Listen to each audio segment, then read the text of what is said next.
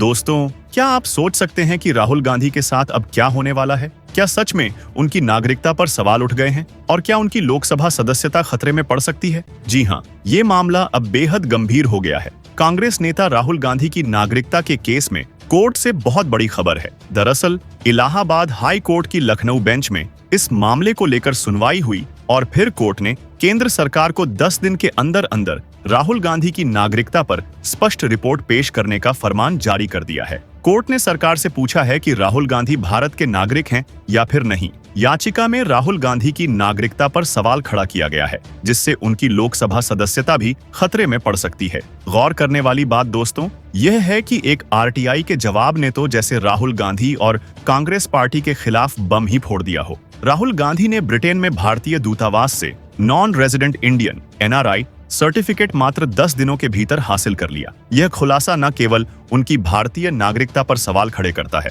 बल्कि उनकी लोकसभा सदस्यता को भी खतरे में डालता है। क्या यह वो समय है जब चुनाव आयोग और केंद्र सरकार को बड़ा कदम उठाकर राहुल गांधी की नागरिकता को रद्द करने की जरूरत है और उनकी वायनाड सीट से उन्हें बेदखल करने की जरूरत है? आइए इस घोटाले की परतें खोलते हैं और देखें कि कैसे कांग्रेस पार्टी का यह प्रिंस भारत के लोगों को कहीं न कहीं धोखा दे रहा है। जो इन्वेस्टिगेटिव एजेंसियों की तरफ से सामने आया, जो आरटीआई में निकल कर आया, जो कोर्ट की तरफ से कहा जा रहा है, ये सब देखकर तो यही लगता है। आरटीआई के तहत मिली जानकारी के मुताबिक राहुल गांधी ने 1 अक्टूबर 2023 को लंदन में भारतीय दूतावास में NRI सर्टिफिकेट के लिए आवेदन किया और मात्र 10 दिनों के भीतर दोस्तों यह सर्टिफिकेट उनके हाथों में थमा दिया गया। आम नागरिकों को महीनों लग जाते हैं ऐसे दस्तावेजों के लिए, लेकिन गांधी परिवार के लिए तो यह सब कुछ फास्ट ट्रैक है। यह सर्टिफिकेट दोस्तों स्पष्ट रूप से प्रमाणित करता है कि उस समय राहुल गांधी भारत के गैर निवासी थे। लेकिन सवाल दोस्तों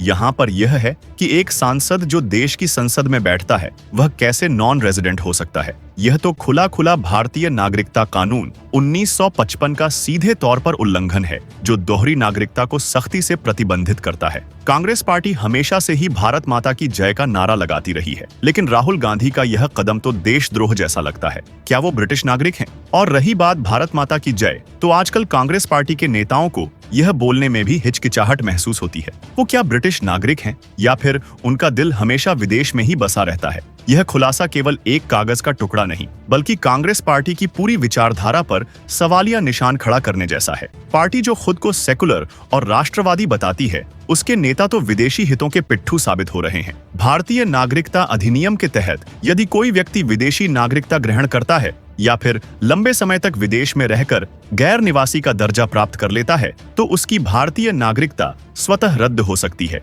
और जो इंडियन सिटीजनशिप एक्ट है, उसका यह सीधे तौर पर उल्लंघन है, सीधे तौर पर वायलेशन है। अगर राहुल गांधी के पास ब्रिटिश नागरिकता है, क्योंकि ड्यूल सिटीजनशिप भारतीय कानून में बिल्कुल भी अलाउड नहीं है, राहुल गांधी का NRI सर्टिफिकेट ठीक यही साबित करता है कि वह भारत के स्थायी निवासी नहीं है। केंद्र सरकार को अब बिना देर किए जांच शुरू करनी चाहिए। गृह मंत्रालय के पास पर्याप्त शक्तियां हैं कि ऐसी संदिग्ध गतिविधियों पर कार्रवाई करें। यदि साबित हो गया कि राहुल गांधी ने झूठे हलफनामे दिए हैं, तो न केवल नागरिकता रद्द होगी, बल्कि आपराधिक मुकदमे भी दर्ज किए जाएंगे। कांग्रेस पार्टी के नेता अब क्या कहेंगे? वो तो हमेशा मोदी सरकार पर तानाशाही का आरोप लगाते हैं, लेकिन अब जब उनके अपने नेता पर विदेशी वफादारी का कलंक लग रहा है, तो फिर चुप्पी क्यों? यह घोटाला सोनिया गांधी के समय से चल रहा है। फॉरेन फंडिंग का विस्तार लगता है। गांधी परिवार की विदेशी संपत्तियां लंदन में तकरीबन 22 करोड़ रुपए की बताई जाती हैं, और यह फैक्ट्स मीडिया रिपोर्ट्स के हवाले से बता रहा हूं। यह मेरे कोई मनगढ़ंत आंकड़े नहीं है। 22 करोड़ की प्रॉपर्टी जो राहुल गांधी के नाम या फैमिली ट्रस्ट पर दर्ज है, यह सब उनकी भारतीयता पर सवालिया निशान खड़ा करती है। क्या यह संपत्तियां चुनावी हलफनामे में छिपाई गई? यदि हाँ, तो फिर यह सीधे तौर पर धोखाधड़ी है और राहुल गांधी की सांसदी सीधे खतरे में पड़ जाएगी। लोक प्रतिनिधित्व अधिनियम 1951 की धारा 3 स्पष्ट कहती है कि सांसद बनने के लिए व्यक्ति को पूर्ण रूप से भारतीय नागरिक होना चाहिए, बिना किसी विदेशी वफादारी के। राहुल गांधी ने वायनाड से चुनाव लड़ते हुए शपथ ली थी कि वह भारत के वफादार हैं, यानी कि भारत के नागरिक हैं। लेकिन NRI सर्टिफिकेट उनके इस दावे को झूठा साबित करता है। इतना ही नहीं दोस्तों, विपक्षी दलों और बीजेपी नेताओं ने पहले ही मांग कर रखी है कि चुनाव आयोग राहुल गांधी के हलफनामे की जांच करे।